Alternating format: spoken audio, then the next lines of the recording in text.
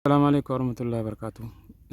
كومبو guyyaa har'aa kaatatti fudhattan miliyoona 5 koomboo miliyoona 5 argatuudhaaf tokkoffaa maal goota seetan diyaawoo irra jira. Diyaawoodha tokkoffaan diyaawoo kana bantan jechuudha. Diyaawoo kana bantanii lammaffaa irratti trading boot qayyuu kana kana joqaastan